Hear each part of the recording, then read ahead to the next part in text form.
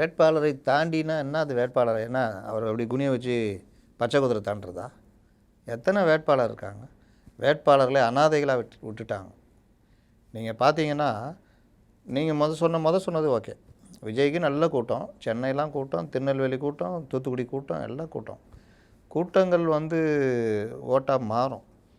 இப்போ திருநெல்வேலி போகிறாருன்னா அந்த சுற்று 10 இருக்கிற 10 தொகுதியிலேருந்து வர்றாங்கன்னா 2 லட்சம் பேர் வர்றாங்கன்னா 10 தொகுதிக்கு டிவைட் பண்ணிக்கோங்க. அப்படி தான் வரும் ஓட்டு. அதை தாண்டி வராதவங்க அதன் சேர்த்து தொகுதியில் 10,000 15,000 20,000 வாக்குகள்லாம் வாங்குவார். அதிலலாம் மாறுபட்ட கருத்து இல்லை. இதை நான் டே 1லேருந்து சொல்லிட்டு வரேன். ஆனால் இதை மாற்றி பொதுமக்கள் வாக்குகளை வாங்கணும், அதுக்கு என்ன செய்ய போகிறாருன்னு கேட்டப்போ நீங்களாம் சண்டை போட்டிங்க. ஏங்க ரசிகர்களுக்கு இப்படி தாங்க பேசுவாங்கன்னு. நீங்கள் ஆமாங்க, ரசிகர்களுக்கு இப்படி தான் பேசுவார். பொதுமக்களை கவர்றதுக்கு பேசினாதாங்க அவர் ஆட்சியை பிடிக்கிறதுக்கான வாய்ப்பாக அமையும் அப்படின்லாம் சொன்னேன். அப்புறம் இன்ஃப்ராஸ்ட்ரக்சர் முக்கியங்க. கழகத்தில் அணிகள் இருக்குல்ல, அந்த அணிகள் முக்கியம். மகளிர் அணி, மாணவர் அணி, இளைஞர் அணி, தொழிற்சங்க அணி, இதெல்லாம் முக்கியங்க. ப்ளஸ் உட்கட்டமைப்பு நல்லா இருக்கணுங்க. இப்படிலாம் சொன்னப்போலாம் கோச்சிக்கிட்டீங்க நீங்கள் உட்பட. அப்புறம் அந்த மாவட்ட செயலாளர்கள் எல்லாமே புஷி நியமிக்கிறாரு. அவர் தன் கைக்குள்ளே கட்சியை வச்சுக்கணும்னு பார்க்குறாரு. அப்போ மன்றத்தில் இருக்கிறவங்களை கொண்டு அப்படியே பண்ணுறாரு. புஷியே ஒரு ஃபெயிலியரு.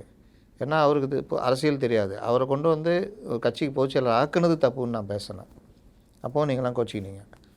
ஆதவ அர்ஜுனா பெரிய ஸ்ட்ராட்டஜிஸ்ட்னு அவர் நம்பினுக்கிறாரு. ஆனால் அவர் ஸ்ட்ராட்டஜிஸ்ட் இல்லைன்னு ஊருக்கே தெரியும். ஏன்னா ஒரு ஸ்ட்ராட்டஜிஸ்டாக இருந்தால் ஆரம்பத்துலேருந்து டே 1லேருந்து நம்ம கட்சியுடைய வேல்யூவில் நம்ம உடனே இப்படி கூட்டணி வைக்கணும், இல்லாட்டி காங்கிரஸை பிடிச்சி இழுத்து போடணும், அந்த மாதிரி தான் பண்ணியிருப்பார். அதுவும் அவர் பண்ணல. அவங்க தனிப்பட்ட முறையில் கோஷ்டி வேறு இருந்தது. மேலேயே ஜான் விஜய் கட்சி புஷிட்ட இருக்குது, விஜய் ஜான்கிட்ட இருக்கார். இவ்வளோ கொலைப்படிக்கும் காரணம் என்னென்னா ஜான் அப்படின்றது எல்லாருக்குமே தெரியும். என்கிட்ட கூட சில பேர் கேட்டாங்க என்னங்க பண்ணலான்னு. ஒரு மாதம் முன்னாடியே ஜானை பிடிச்சி கல் கட்டி கடலில் போட்டுருங்க, ஓரளவுக்கு தாவேகா ஜெயிக்கும், விஜய் கொஞ்சம் வேலை செய்வார்னு. ஏன்னா அந்த அளவுக்கு அவரை ஒன்றும் இல்லாமல் ஆக்குனதுன்றல பெரும் பங்கு ஜானுக்கு உண்டு.